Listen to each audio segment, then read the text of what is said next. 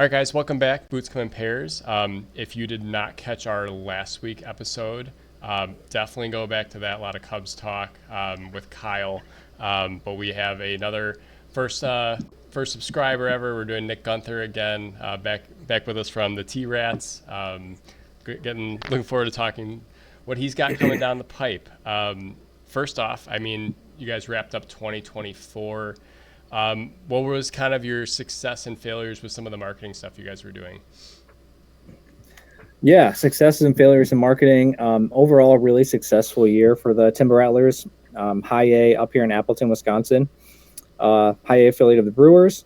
I guess first off, our number one important number is our attendance, and that went really well. The weather cooperated, only have a few rainouts, and we ended up with over 229,000 attendance. So everything marketing kind of revolves around that number, right? Just like every sports team, especially minor league baseball, just trying to fill the seats. So marketing wise, we did good. I think that was our highest attendance in like 5 years. Oh, wow. And maybe like third or fourth overall since 1995. So really good. Averages about 3,400, and that's really good for our market in Appleton. I think Appleton has about 75,000, and then the greater area is like 200, and then it's like 30 minutes from Green Bay. So we really strive for that 225 at a minimum. So marketing wise, that was really good, and I play a role in the marketing, graphic design, and photography. So I'm making graphics for a lot of theme nights that help people come out to the ballpark, whether it's like Batman night or Wisconsin Outer Tuggers night or Princess night. I make a lot of graphics for that, and photographs for the games. So I'm just always making ads, making graphics, things for Facebook, Instagram to bring people out. So it's a good year. Well, I mean, one thing I noticed throughout the year, because I started following the Instagram and Facebook pages, weekday day games have to be, I mean, because you say 3,400 was the average. What do you get on a Wednesday at 1 o'clock? Maybe 200 people. Like that seems to be the struggle and kind of the bring down that number a little bit, because I'm sure the weekends are packed, right? Mm-hmm. Yeah, Wisconsin summers are beautiful. So as soon as you hit that June 1st, it's usually going to be 70s, 80s. So the weekends, Friday, Saturday, Sundays aren't hard to fill. They kind of just sell themselves, honestly, with a whole lot of promotion. Weekdays is different, of course. And that even goes all the way up to Major League Baseball. It's weekends and weekdays are so different in how you market and how you manage your promo schedule. What guest appearances do you bring in? What daily special for food and drink you put on what day? Wednesdays, we do a lot better than just 200. I would say when the weather's nice and we're playing at 12:05 on most Wednesdays, a good crowd is going to be like 3,000. Mm-hmm. Oh, wow. Now that is tickets sold. In park, it's always a little bit less because some people either just don't make it. So if we're having like 2,500 on a Wednesday, which is like 50% capacity, then that's fine with us. Yeah. And some days we'll have some Wednesdays. Wednesdays are really geared towards like schools and groups, like thousands of schools in the area. Bring out hundreds of kids. So you have 5 schools doing that. So half our attendance is kids, and that's a lot of minor league teams. Mm-hmm. But if the weather's nice, it's just makes a huge difference. Right. When it's rain in the forecast, then it's tough. Yeah. What percentage of your games are like a day game? I guess, like in comparison, I'm sure I definitely play a lot more night games. You can't really help the schedule, like especially in the Midwest League, you're having like 3, 4, 5 game series. You're having these longer series. So I guess in comparison to like your nights and your weekends, like how many day games would you say you guys have throughout the year? Including Wednesdays and Sundays. And then I think we got about 12 homestands, and there's usually 2. Okay. So I would say one, maybe a quarter. It comes out to 25% of our games are day. Okay. 25 to 30 out of the 66 home games. Right. Yeah, but Sundays Sundays is way different because that's the weekend. Right. Right. So really, like the tough days, honestly, more importantly than just trying to like fill Wednesdays is trying to fill April. Mm-hmm. Because Yeah. April in the Midwest, It's miserable. Sucks. And so we have brainstorming sessions in minor league baseball. I mean, literally all other 30 teams probably have this too in the Midwest. Hey, what can we do in our 10, 12 April home games to just get like 10, 20% more people to come out than we did last year? Because you ain't going to have any sellouts, even if you put your best promos on and it's 45 degrees on April 20th. Right. So that's our uphill battle in minor league baseball. Is that early season month, but then May 1st, then you're kind of off to the races. Yeah. Right. I think you see that even on the major league level. Like the Brewers offer a package for like April and May where you get like a ballpark pass for $60 for every game. They just need you there, right? Just buy a beer and a hot dog, and that kind of pays for the ticket. So that's have you guys experimented with that at all? We have. Yeah, we mimic the Brewers pretty closely. I mean, we have contacts there, relationships there. Our team president knows almost everyone high up in the front office, even on the player personnel side. So they have no problem if we just copy something from their marketing. Obviously, we're two separate businesses, so it doesn't matter. But we've done ballpark passes ever since came to the T-Rats in 2016. That does move the needle. So you're always looking for those things. You're not staying status quo from offseason to offseason. You're always evolving marketing-wise. Like, hey, what's something of value that you can market not just as a discount, but provide something more access to the ballpark or, for a flat rate, come out to all games. So if you get a really low average ticket. Right. So that's the name of the game in marketing and in tickets. And so many ticket departments are on baseball and minor league baseball are just trying to come up with ideas for how you can package an experience, whether if it's watching BP or you get a food item and a hat. And it sounds so basic, but you can't do the same thing after year, or else your numbers will stay or decline. So, and Brewers do a good job of this.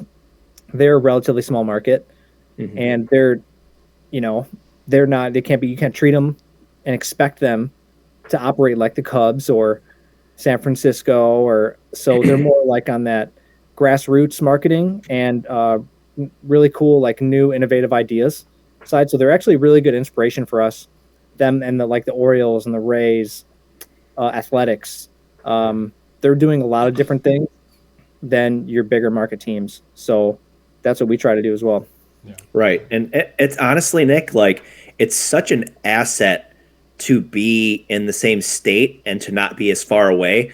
All your other affiliates are down south. They're in the warm weather. They probably don't have to try as hard to get people. Because here's the thing. When it comes to the nice weather, to the warm weather, people love being at the ballpark. But dealing with those April games, I mean, we were going to a lot more minor league games a few years ago when Ryan Noda was in single A. But I remember being in West Michigan to watch them play. It was probably like 41 degrees. We went to another game in Beloit, the Beloit Snappers. There was probably 50 people at that game. Not even. It was just so cold, but it was raining. Yeah. I mean, right. It was brutal. So yeah, those Midwest League, those cold games early on in the season, whatever you can do to put butts in the seats for sure. But like having that model at the professional level to kind of turn to, and you guys can probably like bounce ideas off each other. Your president's name is Rob, right? Yeah. That's what, if I remember correctly. Yeah, and it's cool that Rob has his finger on the pulse there, and he's probably implementing things in your organization that they're doing at the highest level as well. So it's just cool, and it's a unique thing because you have High A is in Carolina. You have AAA down in Nashville. Is Biloxi the other team? Biloxi is AA. Yeah. Biloxi's AA. So yeah, you're in Mississippi, Carolina, Nashville, all warm weather climates. But yeah, it's the Midwest League gems in April. I mean, like getting the butts in the seats is, again, kudos to you guys for being able to get 1,000 people. It's not an enjoyable thing. We grew up playing baseball in the Midwest. I mean, those games, you always wanted them to get rained out or snowed out or something because it was brutal. You're just sitting out there just waiting for something to happen. Yeah, playing as a fan.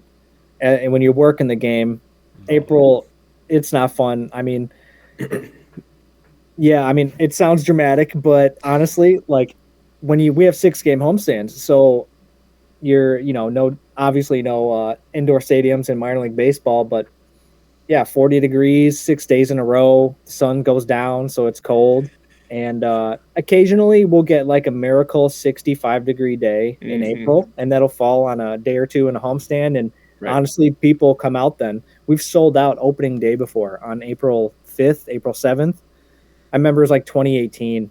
We had like literally 5,000 people in park because we had a really warm spring. And yeah, that was definitely a game to remember.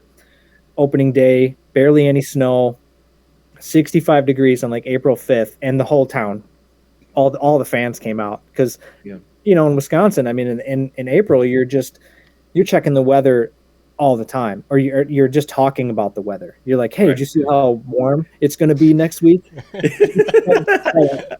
And you guys know exactly what I'm talking about. Yeah. Did you see how cold it's going to be, next week? It's the Midwestern talking point, dude. That's one of the Exactly. Midwestern talking points. Hey, to check out the weather? Yeah, it's supposed to be cold. Yeah, Yeah. we're supposed to get some snow. So people go, hey, let's go to a T-Rats game. It's going to be 60. And until it starts to warm up, April's always an uphill battle. So Overall, the season was a pretty good success, other than the playoff success. Do you think most people care about that? Do you think that is why you guys drew as well as you did in 2024? Or do you think, just the ballpark experience itself speaks for it?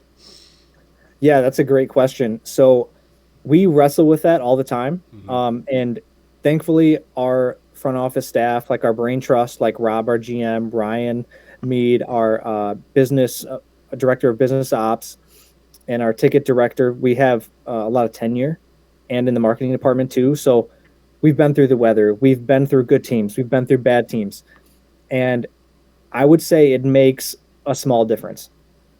We've built our brand on it doesn't matter if we win or lose. It just, the only thing you remember is you have a good time. Yeah. So a lot of minor league teams are different. A lot of minor league teams, they're just the flavor of the experience. The ballpark experience is all eyes in the ballpark 24/7, and they don't put too much into production or promos.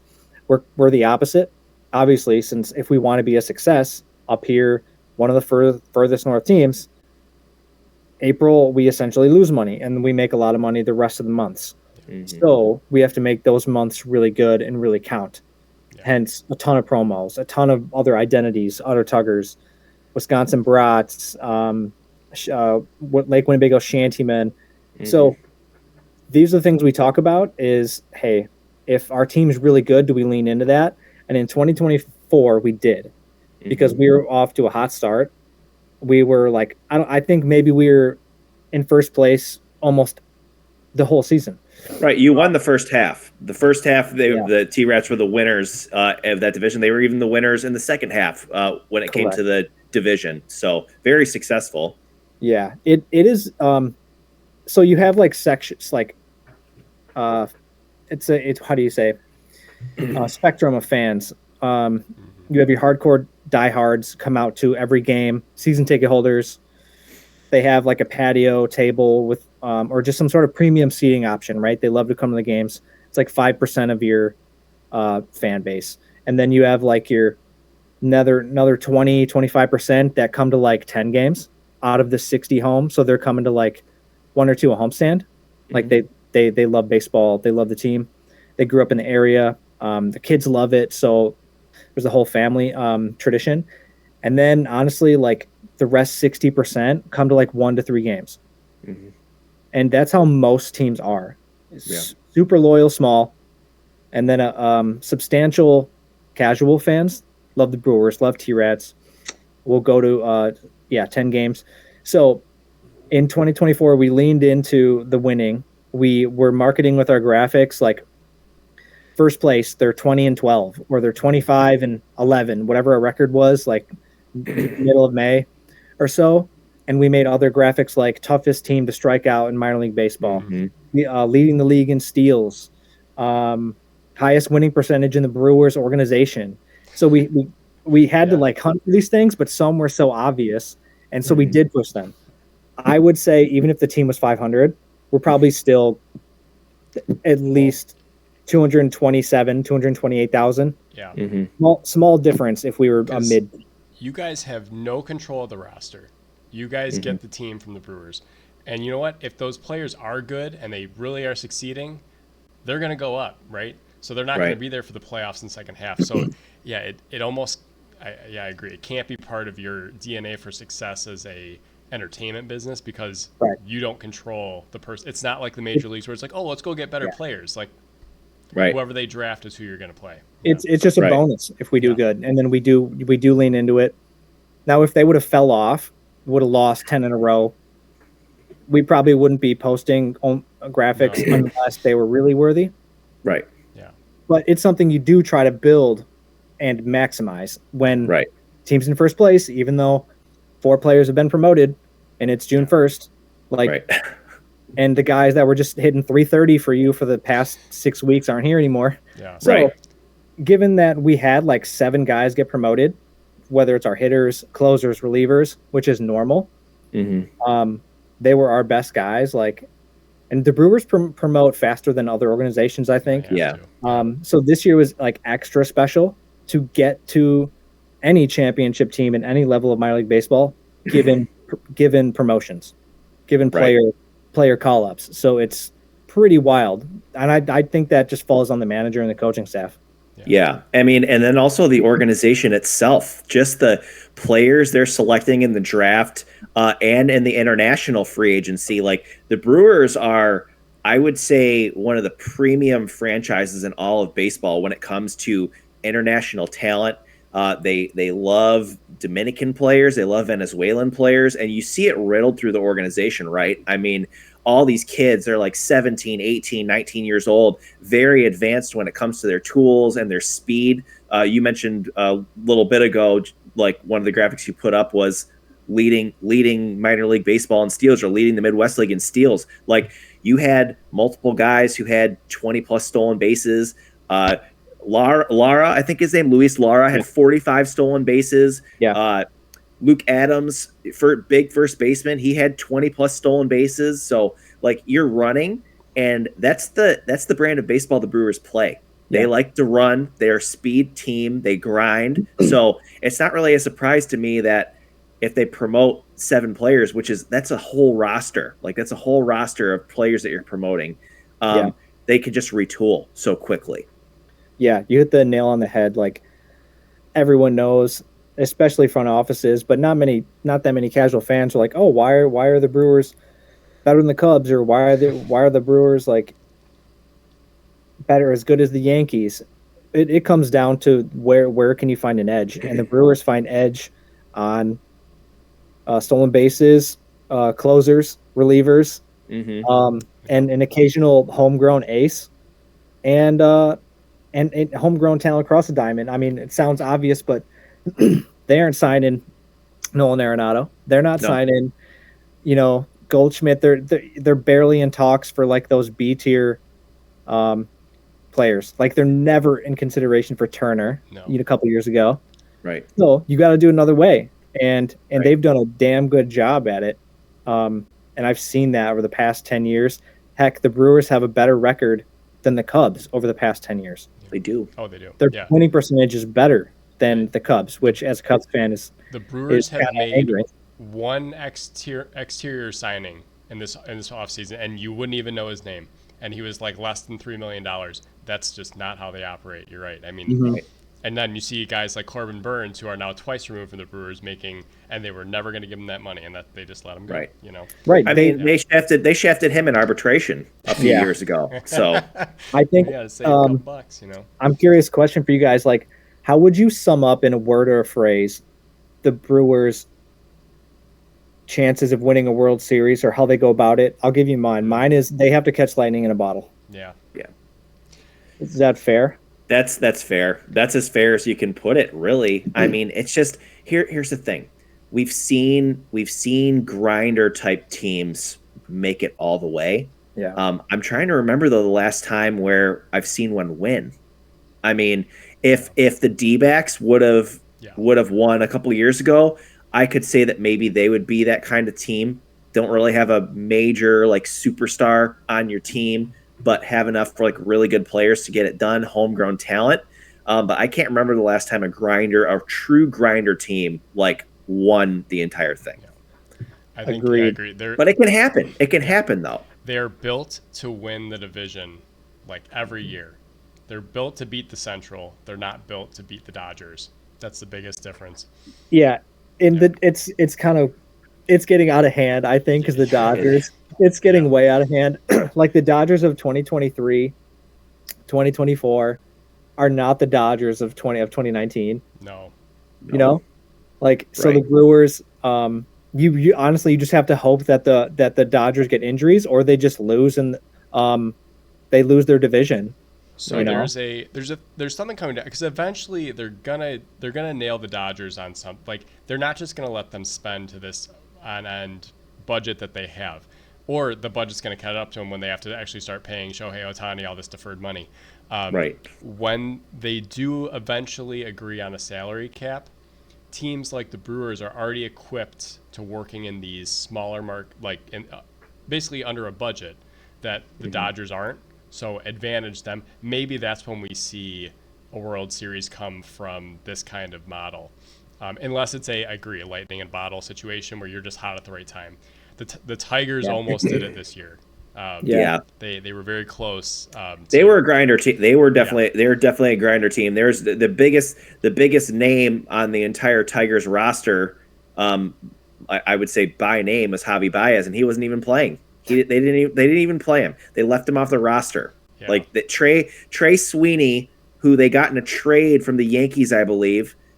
He's starting at shortstop. I mean, Tariq Skubal was the best pitcher on the planet last year. I mean, he was incredible. He kind of was able to get them through some stuff. But yeah, if the Tigers would have been able to go all the way, they're another team doing a lot with a little. But it can be done. It can definitely be done. Yeah, a lot of things have to come and fall into place.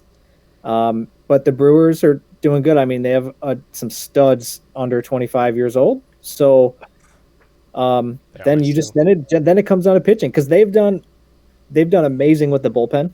Yeah. Mm-hmm. Like they have S-tier closers and setup men, and they have some knocking on the door. They have some that are going to debut. You'll hear. I'm sure we'll cover this and some players. But speaking of like the bullpen, Craig Yoho, remember that name? That dude striking out 100 guys in 50 innings, things like that in minor leagues.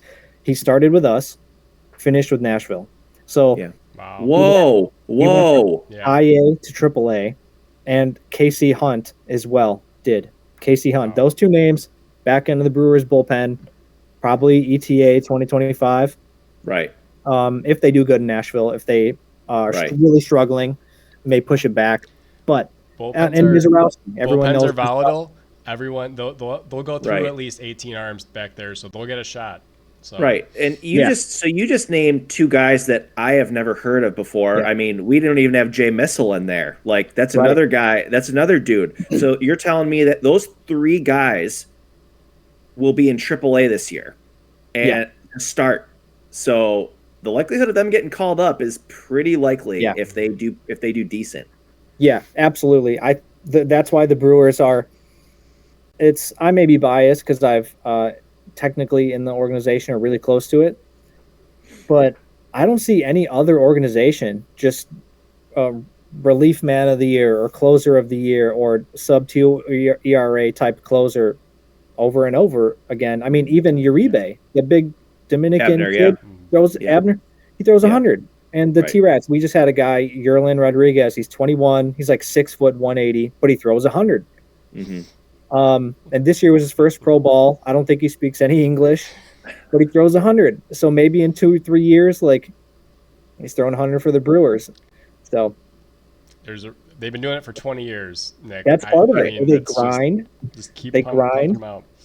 Right, exactly. and then on top of it, like Brandon's mentioned this in the past, like the Brewers just over and over and over again. These, like you mentioned also, Nick, like top tier relievers, closer of the year, 30 saves, 40 saves. They do the same thing with middle infielders. Like these guys, they have like I was looking up and down that organization. They have like 10 shortstops, 10 guys who play shortstop, who can put the bat to the ball. They're these little like Venezuelan guys, these Dominican guys. Like, I mean, your guy, he played short before Pratt came up. His name is Anero. I have it right here. Yadier Arenamo. Jadir Arianamo. Yeah. Jadir Arianamo. I wanted to talk to you guys about him too. Yeah. I mean, just he's 5'8", like 165, but like the guy can put the bat to the ball. He can run. He can play both middle infield positions. Like, he's 21. Yeah. And I'm like looking up and down like this organization, even some of these younger guys. Who's the guy? Jesus Made. He's another guy. I mean, he'll probably he's new. He's like 7. Too. So I'm going to read some stats from international free agent, Venezuelan, he's Dominican. So he's 6'1", 187. So solid dude. He played 51 games last year, 331, 10-12. That's batting average OPS split. He had 63 runs, 21 extra base hits, 28 RBIs, 28 stolen bases, and 39 walks. This guy's 17 years old. He's not going to be 18 until like August. So you have him, this other kid, Yofiri Rodriguez, who played in Carolina, like advanced bat, like can run, good center fielder. He can track it down.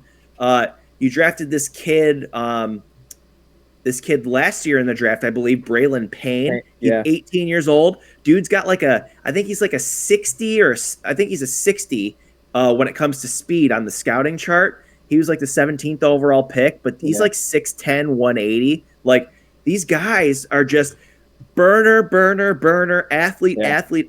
Like, they're gonna like change the game, and they're like 17, 18, 19 years old. Yadier is 21 years old. It's like, dude, like, they just keep churning them out. This is a selling point then for Nick. If you want to see these guys, come out in April because they will be gone by May.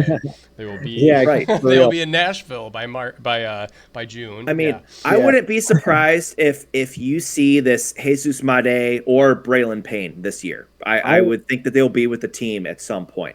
Yeah, I am hoping to see. I think Made, Payne, Juan Baez, Eric Batanti, some of these guys that are under 21 but in the top 30 for the Brewers organization. Those are the type of guys that I'll see hopefully are on the opening day roster for us. And then they just signed Christopher Acosta, another shortstop. That's like a teenager. He was like 40 in the 40s, ranked international prospect. Right. So that's a little different that they have a lot of shortstops. Cooper Pratt leading them. Right. And he's interesting. His comp, it's not even my generation, but his comp is like Robin Yount. Not flashy. Okay. Right. Not flashy. He's not even as smooth as like Brandon Crawford. Right. Brandon Crawford's smooth. He's like natural born shortstop, but Pratt gets it done, but doesn't like look that smooth at shortstop. But he won the Gold Glove for the Brewers organization. Right. Well, I'm sorry, minor league baseball. Yeah. So all shortstops, low A through triple A. Wow. Minor league baseball, Gold Glove. And he's got a good bat. He's 19. Yeah. Stud. So the Brewers are like, someone has to be our shortstop for 8 years. One of these guys, hopefully. That's what they're doing. The Padres, I mean, their entire lineup last year was made up of former shortstops. Right. At some point in their career, they played shortstop. So typically, shortstop is your best. Let's name them: Merrill, Tatis, Profar. I mean, there's 3 right there. Kim is a shortstop. You may sacrifice outfield too, though. You may when you have to put him at left or right. Yeah, right. You can teach them how to play outfield, though. Right, unless you're Fernando. Unless you're Fernando, who wins a platinum glove his first year playing right field. Yeah, Cooper. It sucks that you only got the tail end of a season for him. Yeah. The last like 20 plus games. But yeah, that guy's a stud, a bigger shortstop as well. The comp I saw was Gunnar Henderson, which I kind of agree with. I think he'll kind of grow into his body too, and he'll learn how to hit for more power. But yeah, having a guy it's like that who's big and long and might not be as smooth. It's like, okay, well maybe he could shift over to third if it doesn't work out. But Henderson's a bigger shortstop too. Tulo was a bigger shortstop. Obviously the injuries kind of derailed his career, but I don't know. Cooper's a stud, and he really, I would say almost more than anyone in baseball, like shot up the charts. Like he went from being like a relatively like unknown guy, 6th round pick, Mississippi high school, and then he kind of elevated himself. The glove probably helped quite a bit, and just kind of seeing him, he's like a specimen. He's a big guy. Yep. Yeah.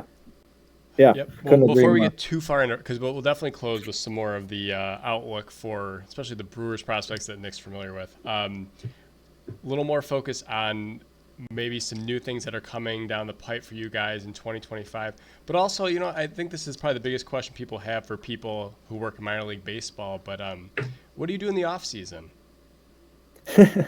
No, we already talked about. No, we already talked about this. Yeah, we already know. I'm kidding. We know you work. Okay. Yeah, but I'm triggered. I'm triggered. You said you've been asked a million times, so I figured right. Throw it in there. I think you said it with the exact same like tone and diction, like in the last podcast, like the exact same thing. I was trying. But yeah, you got me. But I hear that so much, so it's always gonna get me. Yeah, they're like, yeah, you don't work, right? Like, right. Yeah. No, these are the good days, right? Yeah. But yeah, 2025. What's new and exciting coming for you guys? Besides your cough. Excuse me. Yeah. 2025. I mean, number one, overarching goal, obviously attendance. We're hoping to at least be 225,000. If we can get over 230, which would just be like 1,000 more than last year, 0.5% increase, whatever it is, fantastic, because that's a good number for us. After that, we're introducing another identity, a brand identity, which is it's a food item that's made. Okay. I'll give you a couple. I can't say it yet. It'll be probably dropping. There. We got teased. Okay. Next Gotta month. to the ballpark. Yeah. Yes. Yeah. So the new identity, I can't say it. I think it'll drop in February. Only hints I can give: it's a food item made in Wisconsin, and we make the most of it. And it's in like every store in every grocery store in the country. And so I'll just leave it right there. But okay. That's one. Or a guess on that. It'll be super obvious when you hear about it. Right. Or at least the food. It's not like a unique food item or anything, but it's something that we make the most of here. Right. Other than that, we have an identity that we launched last year called the Fallback. Or it's just the Timber Rattlers identity, but it's a fullback. So it's like a 1940. What if the Timber Rattlers were around in the 1940s? Okay. So it's like a vintage, cartoon-esque looking identity. Last year, 2024, last season, we launched it. Did really well. Really cool logo. Go check it out. It's no other name besides just called a fullback. And a lot of minor league teams around the country are doing it, or at least a handful. So we got on that bandwagon. That was really cool. Otherwise, I think we have a concert that is official, Bachman Turner Overdrive. So more for the older crowd. Okay. They do songs like Taking Care of Business and You Ain't Seen Nothing Yet. So kind of like our parents' generation, 70s and 80s, like rock band. But, they have a ton of hits, platinum albums, things like that. We were going to have Bare Naked Ladies and Sugar Ray. Really? That was a verbal agreement, and they're on tour together.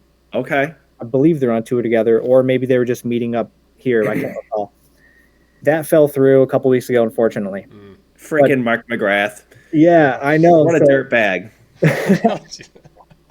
I don't know why. I think it was a touring issue, the logistics of buses that travel, and Appleton, maybe they just couldn't get it work after more talking about it. But otherwise, kind of the normal events, the Green Bay charity softball game with all the Packer players. D. Wicks. Yeah. Octavian. I mean, if he's on the team still, I mean, there's a lot of Yeah. changes Yeah, that you're probably gonna. happen. Well, Right. yeah. Romeo Dobbs, if he knows where he is, maybe he'll stumble Right. out there, and yeah. I'm hoping the Packers sign a tier 1 wide receiver, and he makes a date, and he gets his like Packers Wisconsin debut with us Right. at the Rats in June. We're in that game See, because the that's- Packers right. need a wide receiver bad, Yeah, They do. that's- They a do. top tier one. You know, like imagine if they had DJ Moore during the last Right. game or throughout the season. Right. DJ would have been like all pro. Oh, right. Yeah, Right? absolutely. Yeah. They just had some guys that just couldn't, you know, be difference makers. But Right. the Bears got them. Just Yeah. nobody really right now to throw the ball. Caleb's Right. getting better though. He's getting better. He's getting flattened. I don't know if you've Yeah. heard Belichick's little he was on with Pat? McAfee. Yeah. He was on with McAfee and AJ Hawk, and they brought up the Bears for some reason, and he gave his 2 cents, and he's like, he's so right on. He's so right on. What do you say? I missed it. They he have just no line. They bought all these Yeah. receivers, and they also play Right. cold weather football, which it's impossible to throw the ball. So you should probably get a running game. But Yeah, they it's can't run. so They can't obvious. protect. They can't keep the quarterback on his feet. They That's get all these receivers. They can't. Yeah, it was a bunch. It was just typical Bill and stuff. he's a genius, so he sees these errors, and it's probably just a shit show Yeah. from Right. his point of view. Right. Yes. You know, Oh, which yeah. it is. 100%. He's just Yes. like, yeah, it's totally wrong. Yeah. I have a question actually. So, I mean, 2 more alter egos. So what does that meeting look like? Who comes up with that? Like I want to know. It's cool though. Like you have a lot of alter egos. So like, is that like Listen, guys, you guys as we're an gonna wear lederhosen and overalls. right. Yeah. But is this something like as an organization, you guys all sit down, or is it just the creatives, or like how does the alter ego come to be? Like how does it go from like brainstorming to like concept to like we're actually doing this? Sure. So that's a good question. So I guess for context and background, relatively, it's a very new thing in minor league baseball. Like the past 10 years, alternate identities across AAA, AA, single A have been exploding because of the popularity of hats and shirt sales and fun piece of culture for their town or state that people, grab onto because they, very prideful of where they live. They love their team. So it's marrying culture and sports into a sports team, So that's what it's came from. As far as the Timber Rattlers, we can't take 100% credit. We have to give a lot of credit to a company out of California called Brandiose. Have you guys heard of them before? No. Brandiose is, I'm probably butchering the description, but I'll just tell you what they do. It's founded by a couple of best friends that are marketing geniuses and gurus, and also very artistic. They can draw, they can illustrate, they can come up with a whole brand and marketing plan identity from scratch, and they come with a background in entertainment. And I can't recall where they were previously worked before they started Brandiose, but it's almost like the Disney customer service and the Disney experience. And sports experience. So they just married their expertise together, and they help minor league baseball teams create these identities. So Timberrattlers partner with Brandiose out of California. And so we have a super close relationship with them. And when I first started in 2016, I didn't really know much about alternate identities. It wasn't really a thing too much in minor league baseball. Teams weren't changing their jerseys and hats all the time based on these foods or something with culture. It's really started when I got there, and it's just exponentially grown more year after year. So it starts with like just promo meetings in the off season. Like, hey, we can wear a white Timber Rattlers jersey. We have to wear it like 50% of our home games. So what other jerseys can we wear to bring fans out, or we can sell those jerseys for charity, jersey auctions. So teams would have like Star Wars night and wear a Star Wars jersey. And then the thought process just kept going, oh, hey, for example, like we live in Wisconsin. We have like a June dairy month here in Wisconsin, and in the news and the media and businesses and cheese, milk companies, let's just say around Wisconsin are getting highlighted. So in a marketing meeting, we several years ago, we were like, okay, so there's this June Dairy Month. Let's change our jersey to a cow pattern. So we did that. And then it became, hey, what if we created a new hat or a logo and wore it for that night? Right. So it's just these incremental thoughts that keep building. And you do this with Brandios. And they come back because they're really good at illustrating them and their team with logos, with like, hey, here's a cow that looks like that. Here's a cow that looks like that. So it's a partnership, a lot of rough drafts, a lot of emails of just sketches and drawings. Marketing team gets together, once a week, going over these updates when they have this for us over a couple months. And you start narrow down, like that logo is great. And then you tweak that logo once you got your top, like you guys have seen the Udder Tuggers logo. Oh, I have a shirt. Yeah, they're like, we want it to look that way. We want it to be angled this way. You want the primary color to be navy blue. And so every little thing that you think that you could obviously think of, and it's just in collaboration. Yeah. Right. And I mean, it's brilliant because you think about like, okay, the Brewers, they're probably selling a lot of player merch, right? Oh, or you need the new yellowish, and they rarely rebrand because really you're just selling player stuff. Yeah. You're not selling that at that level. So every new shirt you can put out, every new hat, and you'll spark someone else's interest. Maybe someone who doesn't even like baseball, but they like the cow design or they like, the brat design. Like, I mean, that sounds like the best way to sell. Have you guys noticed the increase in merchandise sales? I'm sure you have. Yeah. I mean, of course, we're a business, so we're very close with our books. We know them like the back of our hand.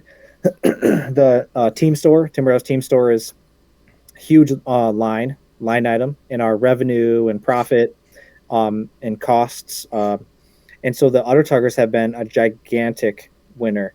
Right. I've mentioned to you guys before, sold merch in all 50 states, Canada, and also in Europe. I can't remember what countries, but a couple over there. Because, I mean, cows are a thing in every state, honestly. Like there's farming culture in dozens of our states and also in Canada and across. So you have baseball lovers over there. You have people who just loved the name Udder Tuggers.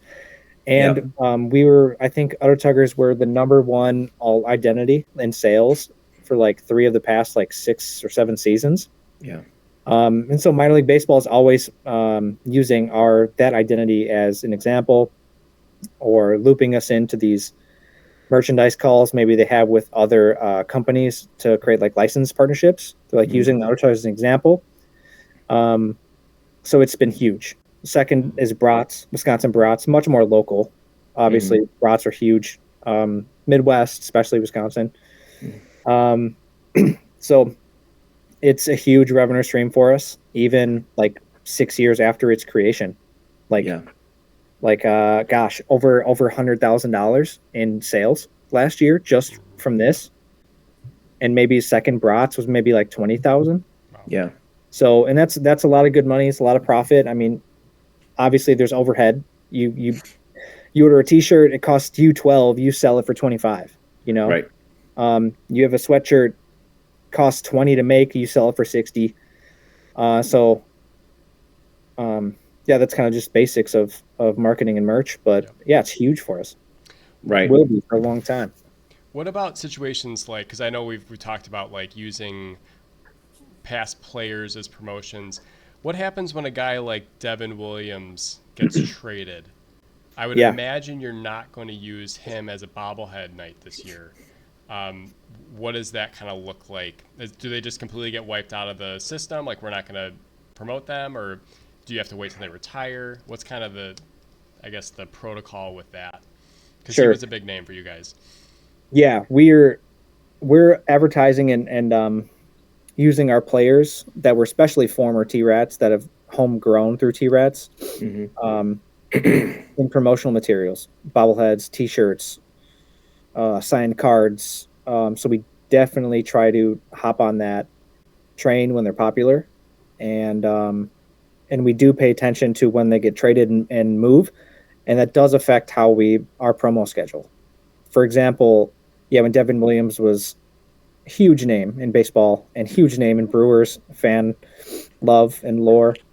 Yeah, we did a bobblehead of him. I think we've done like at least 2 of him, and it's always done well because he's one of the best pitchers in the league. So when you have a player like that moves on, we definitely talk about it in the office, or we're like, hey, he might get moved, so let's just table that Devin Williams like signed jersey that we are going to use for some reason. So yeah, whatever is going on in Major League Baseball, players moving, we're keeping up with it by the second to figure out what we're going to do with that player's marketing or that player's giveaway. Yeah. So like we do a lot of Churio stuff right now, and probably will for the next couple of years. You have about 6 years to do that. Yeah. Has there ever been an instance where you guys mid-season had already committed to let's say a giveaway or a bobblehead to a player that did get moved? Yes, that happens occasionally. Where player gets traded like mid-season, when you really don't think they would, or but we just tread lightly in those areas. We just be prudent about it. We don't go all in on somebody. We really try to be really calculated. Yeah. Like, hey, we want to do X. It will take 2 months for it to make. We'll get it in June, and then a promo item, and it's going to be a giveaway in July, but he might get traded in July. So at that point, it's a gamble, or we don't do it. It's either a strategic gamble. Not everything's a gamble. Like, we're not that lax about it. It's either, hey, we got to strike while the iron's hot and just do it anyway. Devin Williams might get traded. Just do it. He's already built up a lot of like fan cred, right? That he'll still be popular anyway. Yeah. Right. I mean, I have a number. This, I guess, is more a general question on too. How much does it cost for you guys to give away a bobblehead?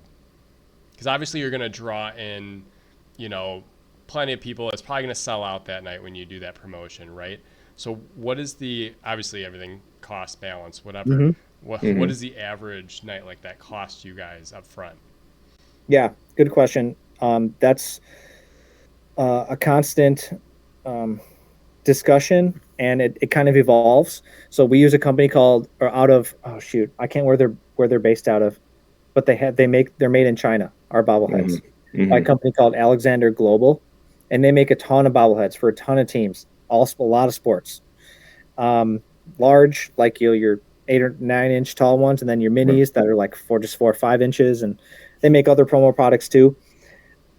If we order 1,500 Devin Williams bobbleheads, anybody, Cooper Pratt bobblehead, 1,000 are given away to the fans. We keep 500 for other reasons, whether it's for charity or for season ticket holders that they get guaranteed. They don't have to show up to every game, but they still get guaranteed the giveaway. And then a couple we keep on hand for a lot of different reasons, but those 500 extra get used up pretty quick. That costs us like $5,000 to $7,000. Okay. Can't math right now, but per bobblehead, what is that costing us? Let's just say it's $4 or $5. Yeah. And so, each bobblehead is sponsored. So they're made in partnership from large and small companies, but obviously usually large. And that sponsorship will be in about 7. Usually 7. Usually we're not making a whole lot of money on these bobbleheads. You can see, Jewel Osco sponsored Adrian Gonzalez back in 1999.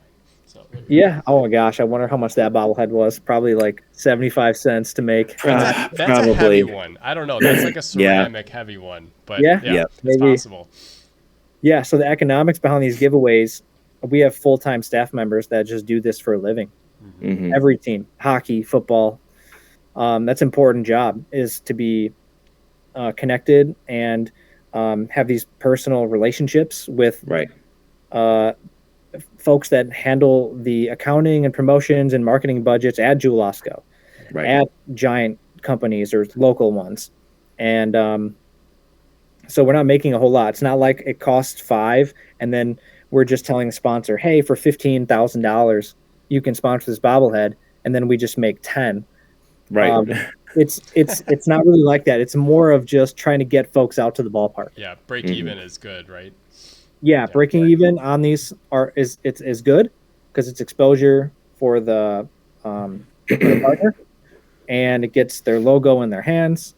And depending on the day, yeah, it brings people out to the ballpark, and then they buy the ticket, they buy the popcorn, they buy the hot dog, etc. They buy the nachos, and then that counts called to our per cap.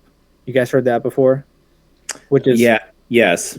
It's like a super common basic world of sports. It's how much money each person spends. So like how much money per cap per person. It just means per person. Okay. And we're at that like $23, $22 range per person. Right. That includes like the ticket and what they buy. So if they buy a $12 ticket, that's a $12 per cap. But then if they buy food and it goes up to $23, and so ours averages out over 229,000 people to 22 or 23. And we want that to slowly grow every year. Yeah. Right. And so that's just a small piece of the pie is in the business of things is the bobbleheads, but that's one of dozens of giveaways to help people out. Right. And they'll come out and maybe it'll be one of those colder days and they buy a sweatshirt, or maybe they come a little bit hungry and you guys have some good food, some specialty foods or things on special. You have like a brat night, or you have like, hey, we're doing these Southwest burgers or something like that, where like you create the buzz around these different things, and that per cap number continues to climb because of just different cool things you have going on. Yeah. That's why all these meetings happen. We went to the Brewers game a couple years ago. I think, Ryan, you were in town, and we got the Giannis like basketball jersey giveaway. It's probably the only sellout they had in April. But it was an all-fan giveaway, and it's like everyone was there. I think people were offering you money for yours behind. It's just, but that's how you get people out in April and May too, is those kind of giveaways that people want. That's a huge strategy of our 60, 70 things at our promo calendar. Do we want to take the risk and put something really important on April 15th when it's 40 degrees, and then that just drives people out, and then it's like a 4,000 person but cold? Or would they still not come out even though it's a amazing giveaway? Right. And we just save that for May and make bigger days bigger. Right. So that's part of our strategy too, is make Friday, Saturday, and Sundays huge, and then the other days we will figure it out. Right. Instead of spread things out. What is the capacity at the stadium? Gosh, I should know this. I think it's a little over 5, 5.5, 5,500. With the grass? With grass. That's probably a variable. You probably have like a cap for that area, right? But yeah, it gets really packed, and people just still really enjoy it. Standing room and everything, like 62. Okay. Yeah. What is the biggest? I mean, it probably is difficult to remember. What is the biggest crowd that you've seen in your? I mean, you're going on 9 years with this organization. Well, I mean, how packed has it been? Timber Rattlers games wise,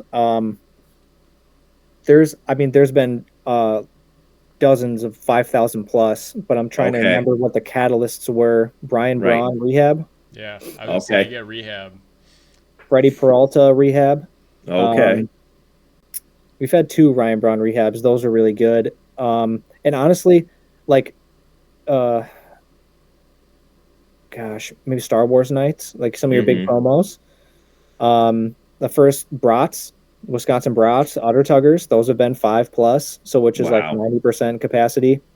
So I guess just your really big theme nights, and then rehabs. That's really it. Other than that, I've seen like I think close to about 7,000 for a charity softball game. However, that was when there's like a short fence set up and around the middle of the outfield. Right. So you have some extra outfield room. Yeah.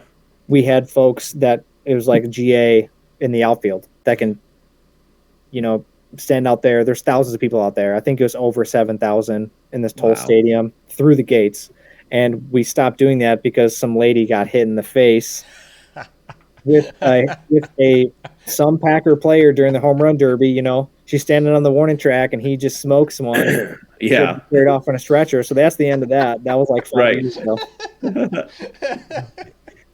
Yeah, I think the lady, she made it. She's okay. Yeah, she didn't. Yeah, It didn't hurt. like.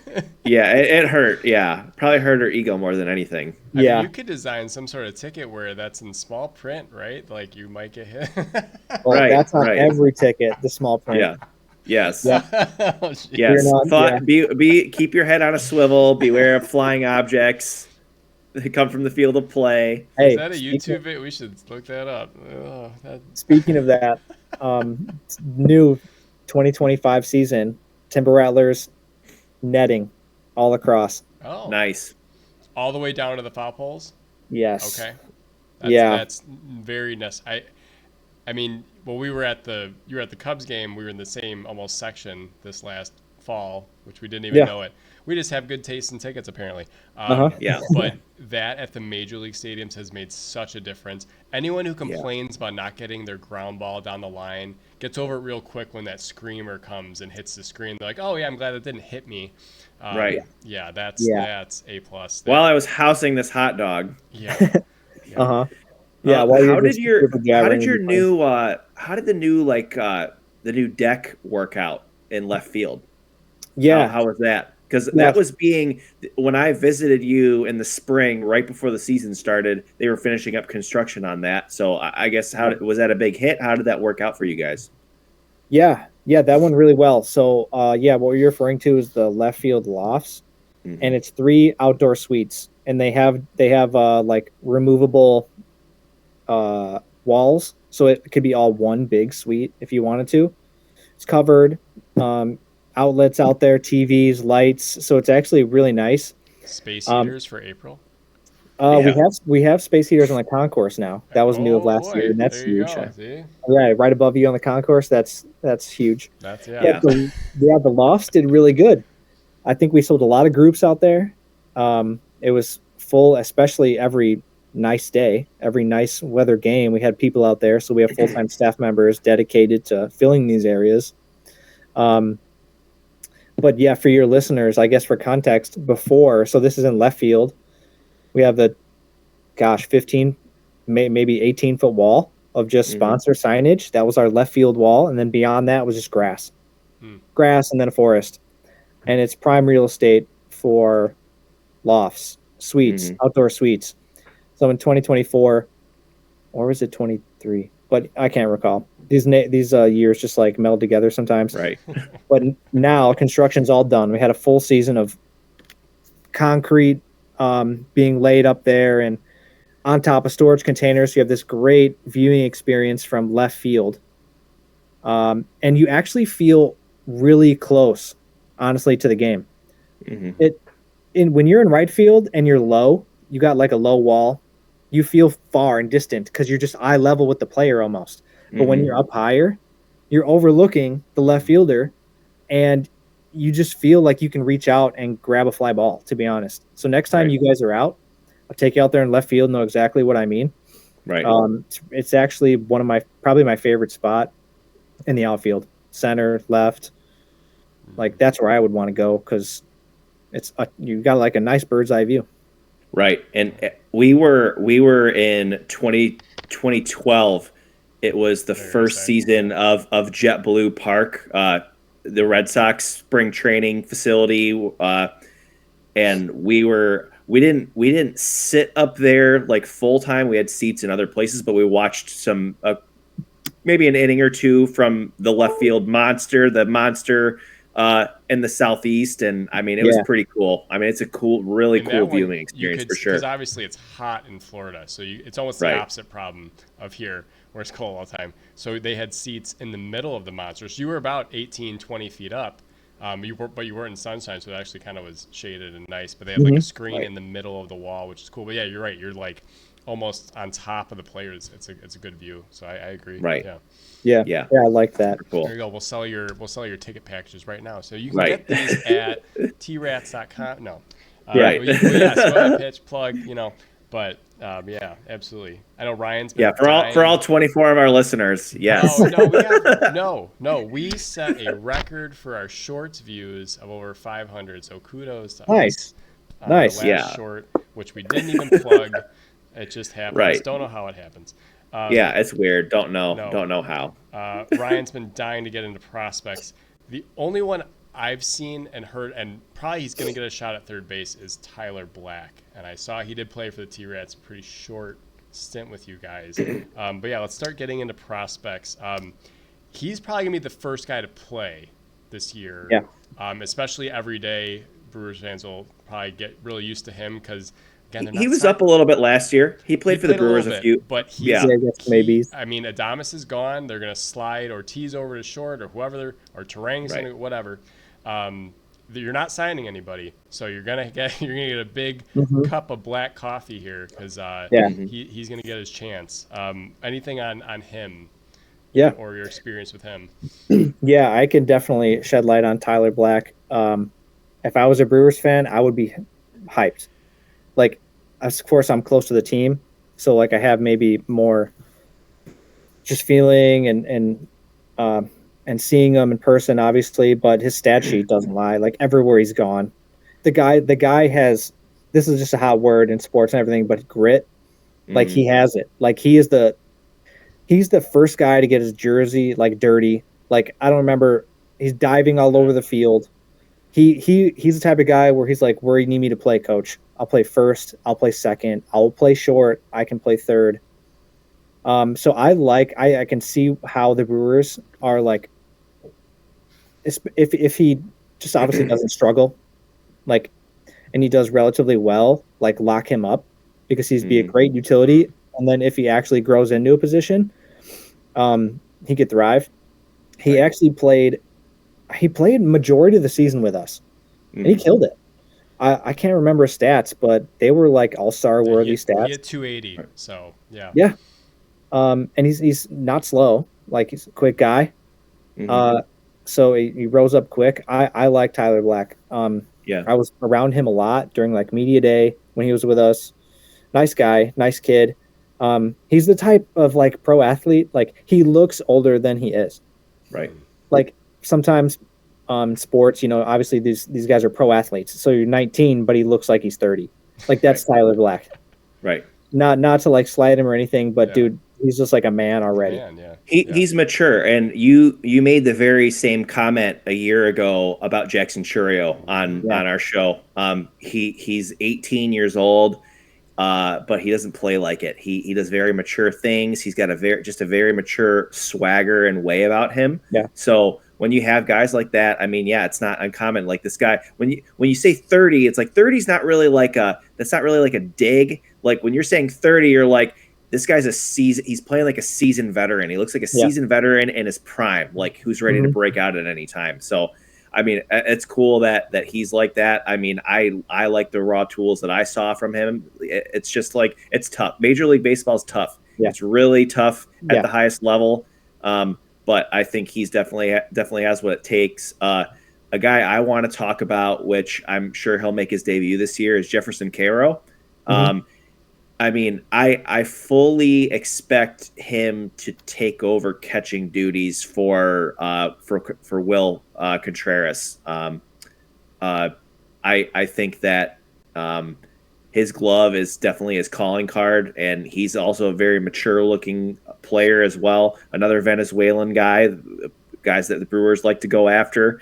But 2023, he won the Gold Glove at the catcher's position in minor leagues, so the guy knows how to receive. He's very, very good defensively, but is no slouch at the plate either. But I mean, did he play with the T-Rats? I don't know if I'm pretty sure they drafted him. He was an international free agent. Yeah, I remember Jefferson. I want to say he was only a few months with us. Maybe it was like the second half of the season when he came to us. Yeah, it wasn't a full season. He didn't play every day. He wasn't the everyday catcher. In minor league baseball, there's no everyday catcher. Like there's three guys rotating in constantly, or at least that's what's been with the Timber Rattlers. And if you're not catching, you're probably playing first if you're in the lineup, even if you suck at first base. Like they Yeah. want you to get ABs. So it's all about these development numbers. You know what I mean? Mm-hmm. Jefferson is like a big, thick guy, and he was like big and like thick with us. So he's almost like that big puppy. That's how I remember him. You know? Yeah.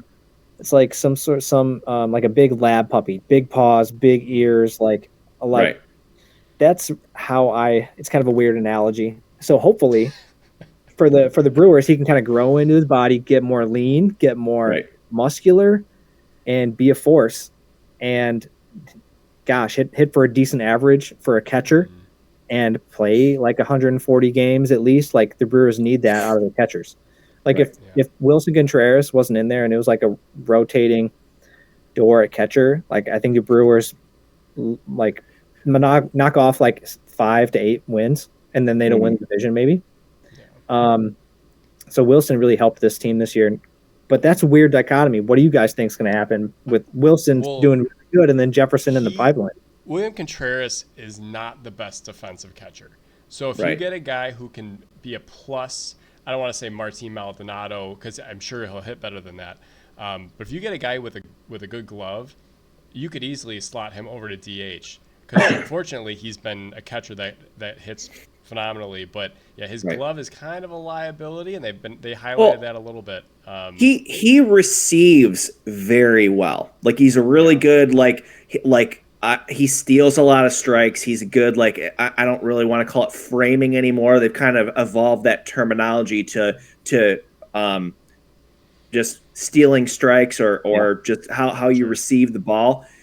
But yeah, Brandon's right. Aside from when you take that receiving part out of it, like being a good target, he's not the best blocker. He doesn't really throw a lot of guys out. But yeah, his bat is just like with Wilson. I mean, Wilson's bat was his calling card and his insane arm talent. But like he does receive the ball well. But if you can spot him with Jefferson, who's more of a defensive-minded guy, you get like a Martin Maldonado. Plus, I think his bat it has a way higher floor and higher ceiling than Martin Maldonado's ever did. But I mean, I expect it. William Contreras, you want him hitting. He's the guy you need in the lineup. He drove in 90+ runs last year. I mean, hit a lot of doubles, has a lot of plus power. So you want to preserve the bat more than anything. And I don't think he needs to catch in order to hit well. I think he's just going to hit well if he's a DH or playing first or spotting a catcher here and there. Yeah. That was a good point you just said, though, as well, Nick, with the catchers in minor league baseball, because, again, we need to remind ourselves that the mileage that you're putting on these guys at single A and double A don't really matter. It's all about the at-bats. So great point when you're going out to these games and you see a guy at first base that looks completely lost, it might just because he needs the ABs. They want to see those 1,000 at-bats before they bring them up usually. So yeah, great point. That's also with the speeding up the extra innings. That's a good resource because you don't want an 18-inning T-Rats game. No. Because guess what? Nick has to come back the next day and do it all over again for that 6-game homestand. Anyone watching, please pick up your trash. If you have a hot dog and throw it in the garbage, because I'm picking that up after the game. Right. Yeah. After my responsibilities are done, 30 staff members go around with ushers and a couple other people, and we got bins and we got bags, and we just pick up the trash. So. Right. I mean, I always throw it in my trash. I gather it under the seat, and then when I'm done, I throw it away. I like to be respectful because I know how it goes. That sounds like a good marketing video for you guys. Is just do a little walk around the stadium, like, oh look, Nick's picking up trash. Oh, or you could pick it up yourself. Okay. Yeah. Right. How about you? Right. No, we just go over other fans' houses and just eat in front of their door. You run their door and then leave and you leave the can of Pepsi sitting there. Yeah. Yeah. Then I'll that'll go viral and T-Rats make fun of their fans. Right. Set trash on their doors. Right. Yeah, it's like the Wendy's account, roasting people on Twitter. No, I need a burner.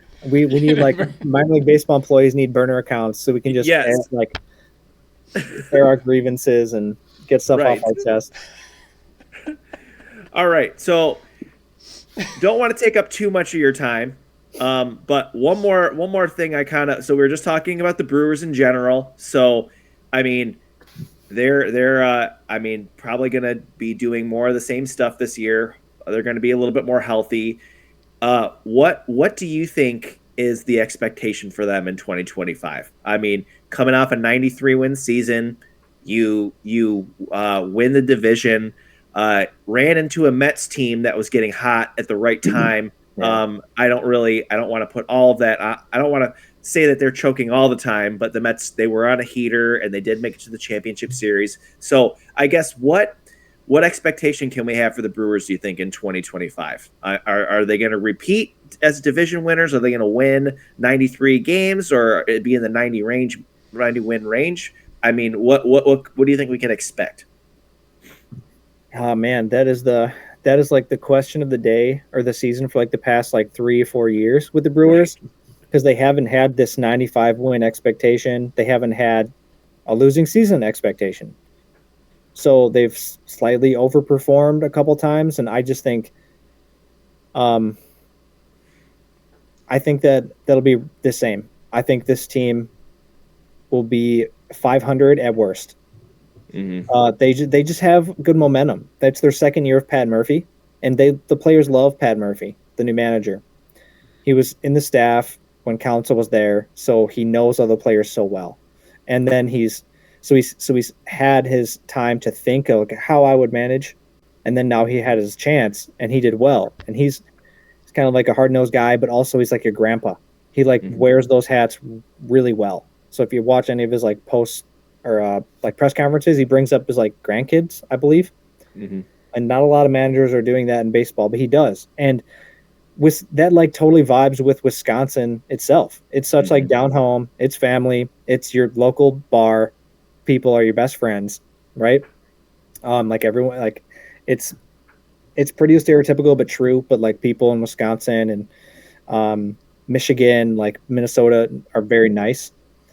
So all that to say, Pat is also really tough, and I think he's going to get this team ready to play, even if they're young, even if half their starters are under 25. Because just the Brewers organization, they, like we've talked about in the beginning, they have to grind. If you want to actually show up to work and like not just roll over, the organization is going to have to find amazing closers. They're going to have to find a diamond in the rough player like Jackson Churio and sign in, and then they're going to have a manager that's going to get these guys pumped to play in a small market. To even though the Brewers are decent in attendance, so like, but not every game. They're not playing in front of 40,000 every game. Yeah, not every game's a Cubs game. You know exactly when the Cubs. So I think they have all the makings of still another successful year. The pitching, the starting pitching, though, is a big question mark. I mean, I'm somewhat of an insider, but I don't pay enough attention to the starting pitching sometimes. Gosh, maybe you guys even know who's their ace right now. I'm not even sure. I have to check the roster. It's probably going to be Woodruff. Yeah. Woodruff missed all last year, but he will be the ace this year. Or Peralta. They'll have Peralta. Woodruff is going to come back. This is a big year for him as well. Nestor Cortez. Yeah. Tobias Myers was really good last year. Tobias Myers was excellent. He's not a T-Rat farm hand though. He was outside the organization. And then, I mean, as much as you hate to lose Devin Williams, Nestor Cortez loves to take the ball. Yeah. If he's healthy, he's going to eat up innings. Like Nestor Cortez, I mean, I'm not a Yankees fan, but I like the guy. I mean, he will take the ball. He wants to win. He wants to give you innings. He doesn't want to tax the bullpen.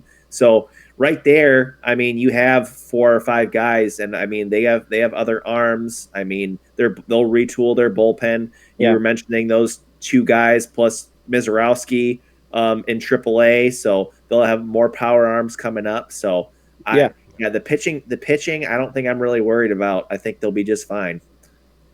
Yeah, I think. Also Savale and Ashby too. Forgot about those 2 guys. So comeback potential there. I mean, hopefully they have their velocity and their stuff after all this missed time. Otherwise, it could get pretty ugly for them. Right. So they just have to ride momentum. They have to ride these young guys, even if they're all hitting 230. Can you steal the bases? Can you play good defense? Can Pat Murphy and the pitching coaches like turn some games where a lot of teams just are asking their starter to go 5, 6, 7? Can they win a lot of bullpen games? Right. Can they have a really, really top tier 8th and 9th inning and steal some games? So I feel like that's what they've been doing. Like they've been really good in 1-run games. They beat the Cubs a lot. Bear case 85. Maybe I'm biased. Bull case 93. So maybe roughly the same. Right. Or it all could collapse and a lot of their young guys just regress because they have a lot of tape on them. And all the pitchers that are pitching against them have all the offseason to go, okay, how are we going to strike out Bryce Terang? And Bryce Terang hits 20 points less than he did last year. Right. So there's a lot of variables, but I'm just relying on the Brewers to do good because of organizational coaching. Pat Murphy. I love Pat Murphy. Like they ain't ready to give up on him. Like things are still new for these players. A lot of these players they've been best friends since they've been with the T-Rats.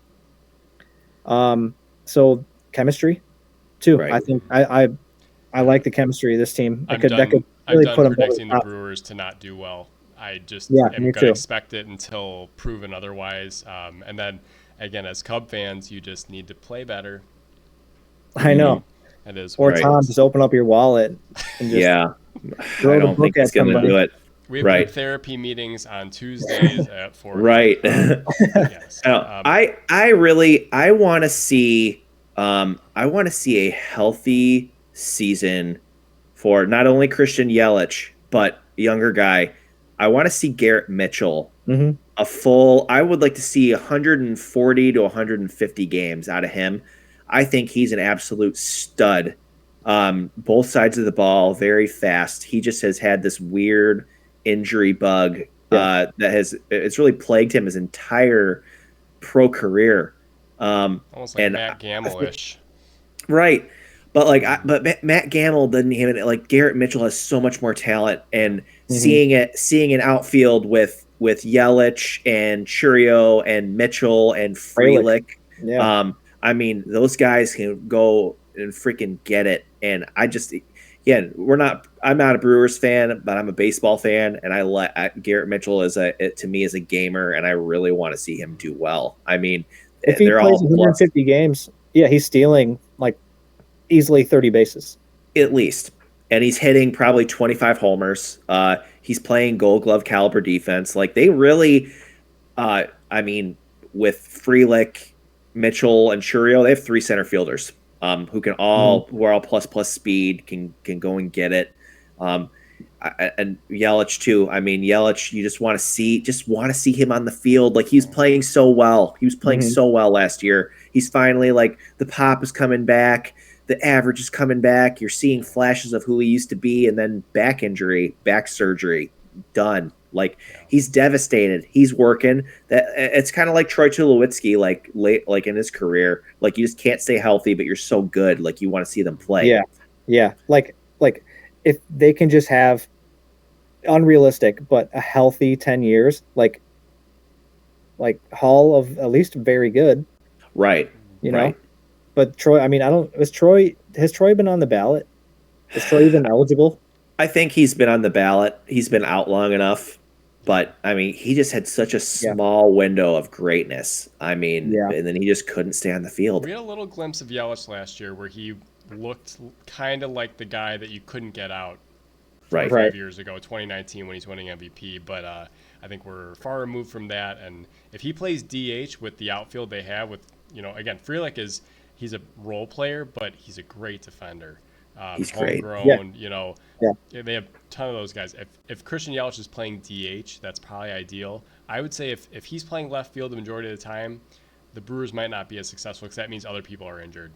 So that'll play a big role into it. I hope the best for him. 280, 25 home runs, 400 on base. Yelly, all this offseason to heal, that's the expectation. It's Otherwise, everyone's gonna be disappointed. And like, what is going on if this guy's hitting 260 and 15 home runs in September? Right. As long as That'd he be hits terrible. as long as he hits 120 at Wrigley Field, I'm fine with that. Right. Yeah, exactly. Yeah. But again, thanks to Nick for his time tonight. It's always a good time to hear from you, and we'll see you in Appleton this summer. We will make it up, and we'll see you at Wrigley North when the Cubs come to evade. That is always a good time as well. Yeah, let's try to do both of those. Yeah. And maybe round of golf too. There We you can go. make a week. Yeah, sounds fantastic. Come here with me. Nice. But Yeah. until next time, Boost Come in Pairs, and take it easy. Thanks, guys. Yep. See ya.